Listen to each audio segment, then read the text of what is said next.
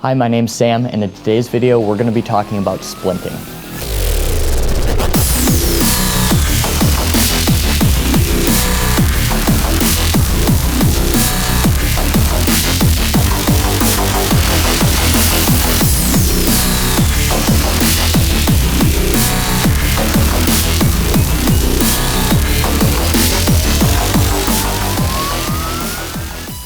So what is a splint, and why would you use one? A splint is an object that's used to hold an extremity stable in a traumatic event where you suspect an underlying orthopedic injury, whether that's a fracture or a dislocation of a joint. Splints will greatly reduce the pain of the patient, but they'll also help preventing any further orthopedic injury or soft tissue injury caused by the bone ends moving around under the skin. So in general, splinting is an objective-based practice. So when you're splinting, say a long bone fracture, so your radius, ulna, humerus, any of your fingers, your femurs, or your tibia and fibula, you're going to have to immobilize the joint above and below. Now with the joint, such as your wrist, elbow, knees, ankles, you're going to have to immobilize the long bone above and below. This is a global objective for splinting. Therefore, you can splint with almost anything on the market, and you can even improvise your own splints. In front of you, I've got a couple different tools used in splinting, although we'll talk about these all later. So what are the signs and symptoms of an orthopedic injury? First and foremost, it's going to be pain.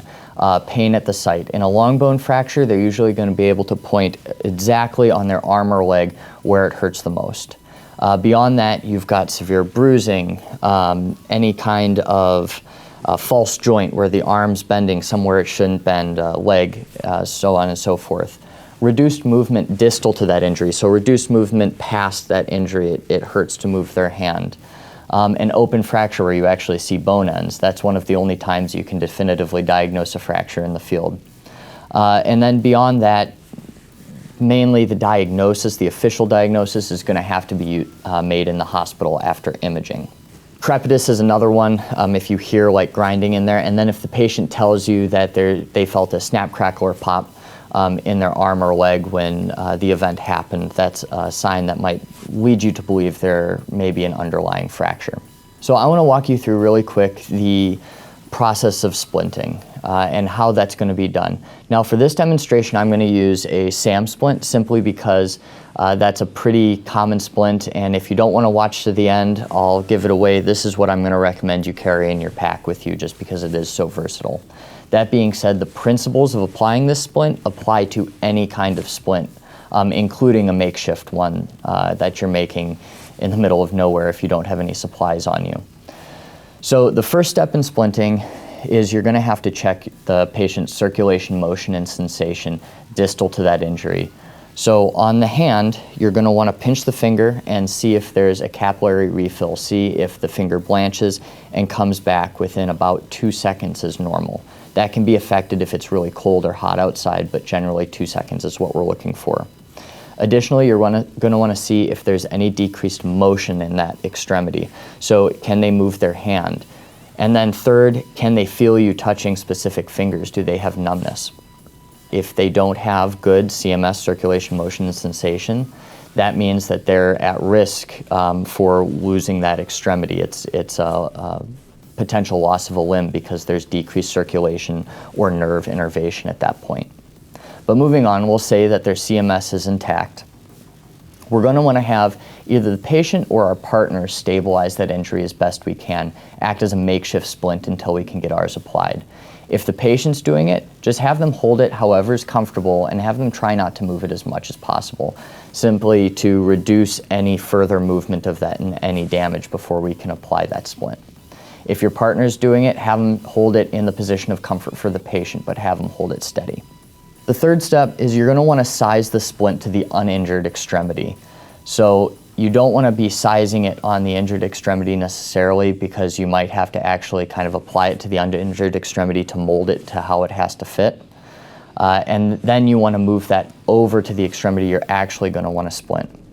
With good communication with either the patient or your partner, and most of the time both of them, you're going to want to take over that stabilization they were holding and put the splint under or over the injury to hold that steady. Once that's applied, you're going to take something like roller gauze, acrylics, or Coban, and then wrap that splint onto their arm. As you wrap it, remember you're wanting to reduce the motion, if it's a long bone, of the joint above and below, and if it's a joint, the long bone above and below.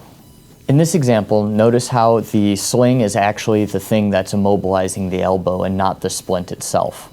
Once the splint's applied, you're going to want to recheck the patient's CMS, circulation motion sensation, and if the patient had good CMS going into the splinting, and now they have reduced CMS after the splint, you're going to have to go back to your splint and reassess it to make sure nothing's too tight, because at some point in that, you actually reduce their circulation or innervation, and you need to figure out how to correct that.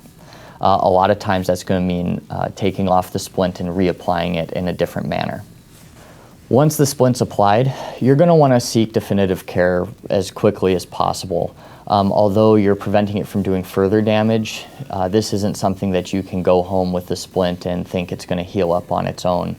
It will heal, but it's going to heal in a way that might reduce mobility down the road or potentially vasculature. So this is something you definitely need to seek definitive care after the incident.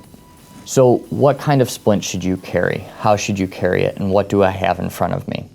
So first, we have the kinds of splint that we carry on our ambulance.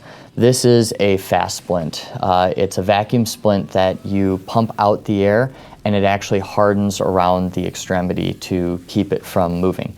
It is a great splint. However, you're going to see right here, it's pretty big, pretty bulky. This comes with a huge pump, and it comes with a duffel bag that needs to be stored in one of our cabinets on our ambulance. This is not a good option for a civilian to go out and buy, and they're relatively expensive.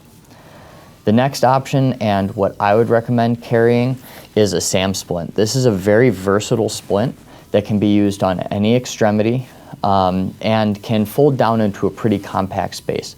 I carry this on my third line gear. I also carry this in my car kit and my motorcycle first aid kit, just in case you come across somebody and need to apply it. This is a great thing to carry in your backpacking stuff, because if somebody gets an injury back in the wilderness, you're going to have to be able to splint their extremity wherever it might be and get them to a position of comfort where they're actually able to hike out on their own, and potentially saving you from having to be airlifted or have a search and rescue party come after you. If you're going to carry a SAM splint though, you need a couple other things. You need either roller gauze, acrylics, or Coban, something that you're going to be able to wrap around the extremity and prevent that from moving around and secure this splint to the body. The other thing you should have is a triangular bandage, or a cravat, as some people call it.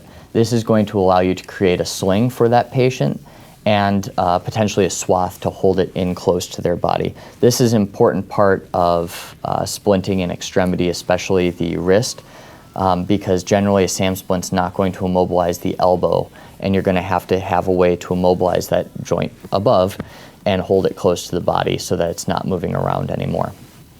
If you don't feel like you can fit a splint in your pack, although I still recommend using the SAM, you can always improvise a splint. Like I said, it's an objective-based activity, so if you find a stick and you're able to get all the burrs off it, apply it that way. If you're able to use maybe a magazine to roll around the arm, whatever it may be, you can improvise a splint with a pretty high level of effectiveness. That being said, a commercial product like the SAM is going to be more comfortable for that patient, and it's going to be able to be applied a little bit quicker than, say, tying a stick around their arm.